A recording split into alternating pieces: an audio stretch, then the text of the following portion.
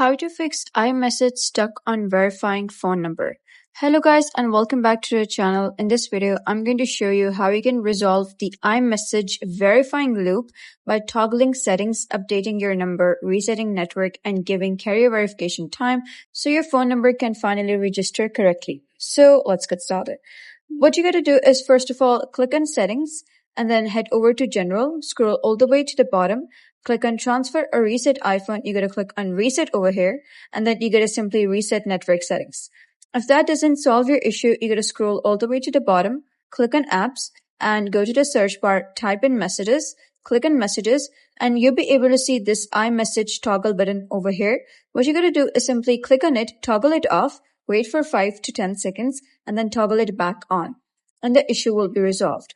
If the issue is with your FaceTime, what you can do is go back, type in FaceTime over here, click on FaceTime, and what you gotta do, scroll a bit down. You'll be able to see toggle button over here right next to FaceTime. Toggle it off, and then after 5 to 10 seconds, simply toggle it on again.